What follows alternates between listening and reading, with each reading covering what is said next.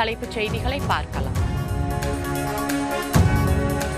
தமிழகம் முழுவதுமே பள்ளி மாணவிகள் மீதான பாலியல் குற்றங்கள் அதிகரித்து வருகிறது. சேலத்தில் 7ஆம் வகுப்பு மாணவி பள்ளி மாணவர்களாலேயே பாலியல் வன்கொடுமைக்கு ஆளாக்கப்பட்ட சம்பவத்தை குறிப்பிட்டு அண்ணாமலை அறிக்கை.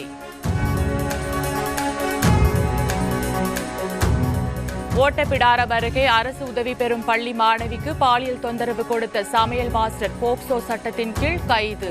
தருமபுரி மாவட்டத்தில் பள்ளி மாணவிகளுக்கு பாலியல் தொந்தரவு அளித்த கணக்கு ஆசிரியரும் போக்சோ சட்டத்தின் கீழ் கைது. அதிமுக என்ற இயக்கம் ஒன்றாக இருக்க வேண்டும் என்று நினைக்கும் தன்னை எதிலும் சிக்க வைக்க முடியாது. தன்னை சோதிக்க வேண்டாம் என அதிமுக முன்னாள் அமைச்சர் செங்கோட்டையன் பேட்டி. அதிமுகவுக்கு எந்த சக்தியாலும் சேதாரத்தை ஏற்படுத்திவிட முடியாது என எதிர்க்கட்சி துணைத் தலைவர் ஆர்.பி. உதயகுமார் கருத்து. துரோகிகளின் வாதங்களால் அதிமுகவை அசைத்து பார்க்க முடியாது என உறுதி.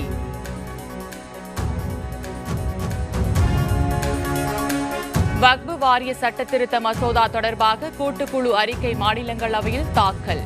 வக்ஃபு மசோதாவிற்கு எதிர்ப்பு தெரிவித்து எதிர்க்கட்சிகள் கடும் அமளியில் ஈடுபட்டதால் அவையில் கூச்சல் குழப்பம்.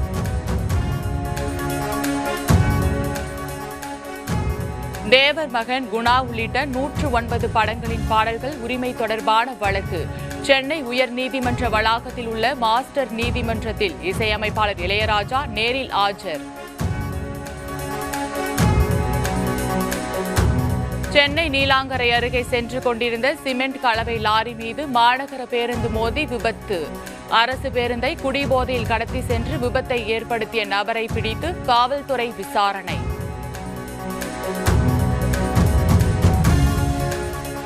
சென்னையில் பெண் காவலர் ஒருவருக்கு பாலியல் தொல்லை கொடுத்ததாக டிஜிபிக்கு பரந்த புகார். வடக்கு மண்டல போக்குவரத்து இணை ஆணையராக பணியாற்றி வந்த மகேஷ்குமார் தற்காலிக பணியிடை நீக்கம்.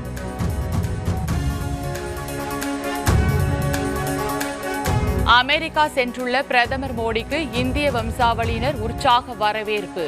இந்தியா அமெரிக்கா நாடுகள் பெற்ற வெற்றிகளை தொடர இந்த பயணம் ஒரு வாய்ப்பாக இருக்கும் என பிரதமர் மோடி கருத்து. வங்கதேசத்தில் ஏற்பட்ட வன்முறையில் 1400க்கும் மேற்பட்டோர் உயிரிழந்துள்ளதாக ஐநா அறிக்கை. போராட்டங்களின் போது மனித உரிமை மீறல் குற்றங்கள் அதிக அளவில் நடந்ததாகவும் குற்றச்சாட்டு.